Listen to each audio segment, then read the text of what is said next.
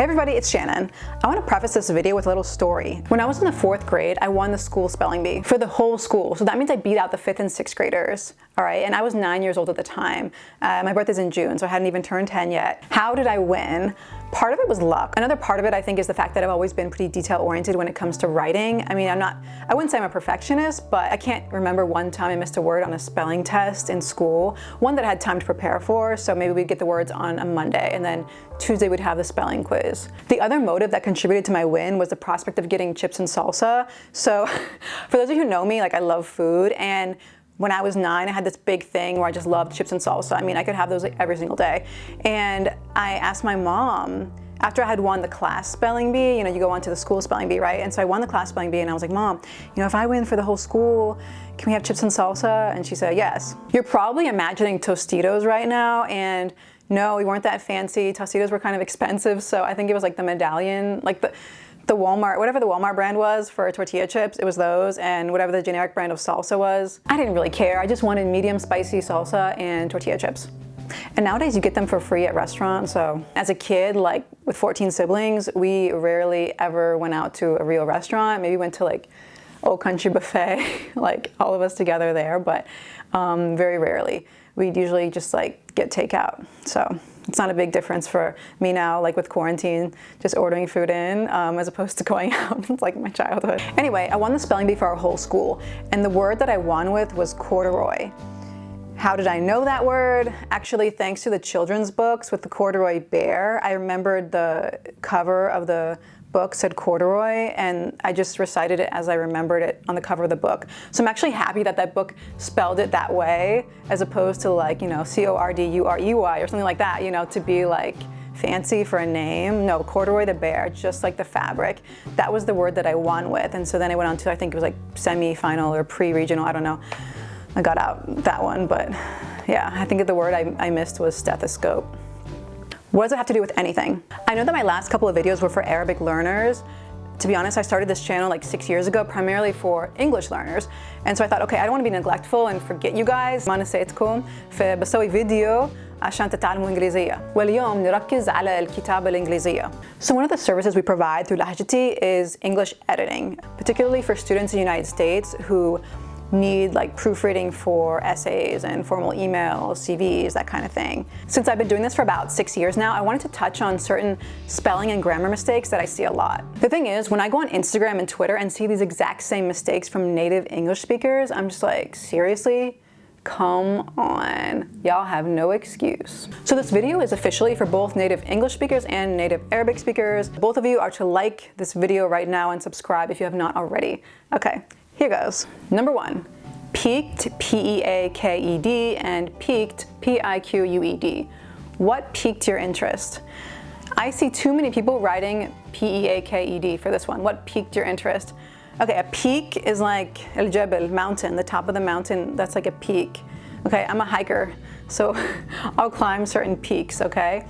But pique and interest, like to pique, P-I-Q-U-E, is more like to stimulate, okay? So what piqued your interest? What stimulated your interest? And to be honest, I rarely hear piqued, P-I-Q-U-E-D, unless it's to talk about what piquing somebody's interest, just FYI. Another one is peek, P-E-E-K, as in sneak peek. So I've seen people write to me, I want a sneak peek, and write P-E-A-K. A sneak peek, that's like a mountain, like that's hiding or something, I don't even know. Sneak peek is P-E-E-K. A peek is like, give me a peek, means like, خليني أشوف, like let me look at it. Think of what babies play, peekaboo, P-E-E-K.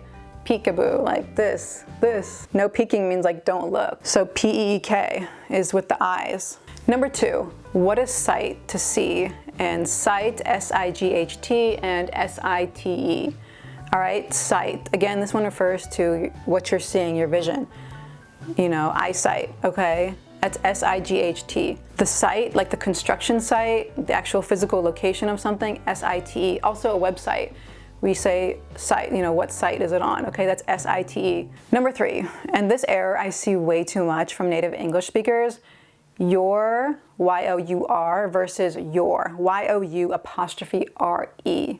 Okay, the easy way to remember which one to do is think of, when you see Y-O-U apostrophe R-E, think of saying you are. You're my best friend. Is it Y-O-U-R or Y-O-U''re? I'm gonna count to 3 for you to think. Yes, ''re, okay? You're my best friend, you are my best friend.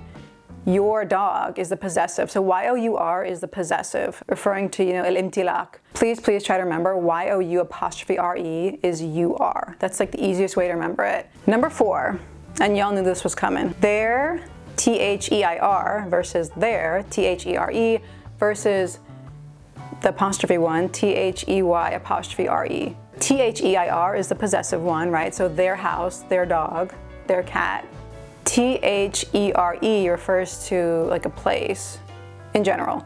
Were you there? Yes, I was there. Aywa kunt henak. Their, T-H-E-Y''re is they are. I'm gonna give you guys a little quiz. What's going on over there? Is it T-H-E-I-R or is it T-H-E-R-E or is it T-H-E-Y''re?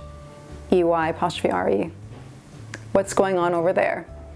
إيش بيصير هناك? I said henak, so it's there, T-H-E-R-E. I don't know what else to say for this one, just you'll get it through practice, and just remember when you see the apostrophe, just think of it as they are. Number 5, advice versus advise. Advice, A-D-V-I-C-E. I need some advice. Advise is the verb, A-D-V-I-S-E.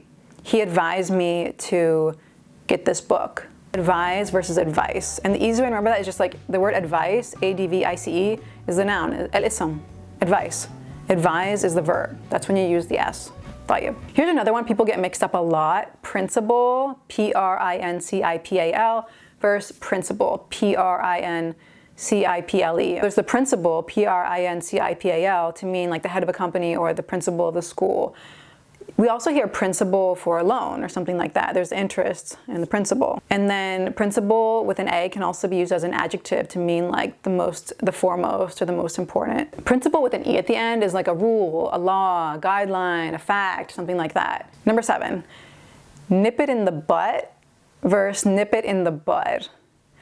I have heard too many, smart, like Ivy League people saying nip it in the butt. Okay, nip is like to bite something, or like if the air is nippy, it's like kind of like it's cold and it's like biting at you. So nip it in the butt means bite something in the butt. I don't know why you would say that. If you're gonna nip something in the bud, B-U-D, that's something people do for like gardening. So apparently you nip the buds of something so that the plant doesn't make too many flowers, because making flowers and fruits takes a lot of energy for the plant. And so to make a stronger plant, as a gardener, you're supposed to nip a certain number of the buds. I don't know all the details on this because I'm not a gardener myself, but the right way to say it or to write it is nip it in the bud, not the butt. The phrase nip it in the bud means basically to stop something from becoming a bigger problem, right? Let's just nip in the bud. Like when it's easy to manage, we'll just take care of it now. If you're gonna nip something in the butt, like bite something in the butt, I think that's gonna cause a bigger problem. Because like if you bite something in the butt, it's probably gonna get upset. Another one I see, again, from native English speakers is let's touch bases. And it should be let's touch base. In baseball, a player who is touching a base is not in danger of being put out.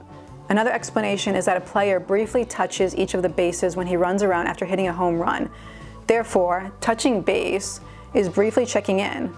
You don't need to say they're touching bases, just say they're touching base. Number 9, tie one over versus tide one over. Okay, the correct one is tide one over. So the tide of the sea can move ships to a new location when the wind can't, right? So you're relying on the tide instead of the wind. Some people say tie one over, and I don't know what that means, like tie somebody over something. I mean, that sounds kind of like painful, like tie me over, like that's kind of, I don't know, tie one over.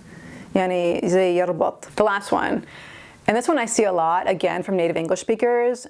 Alumnus versus alumni versus alumna versus, I think the one is Alumnae for plural female. Anyway, so as you know, alum is like the graduate of a certain school, right? A former student of a certain school. So I'm a Penn alum. If I were to say the full word, I would say I'm a Penn alumna, because that's a singular or female, right? If you're a guy and you went to Penn, you say I'm a Penn alumnus. Or if you're in like a group, so like I'm in the Penn Alumni Club.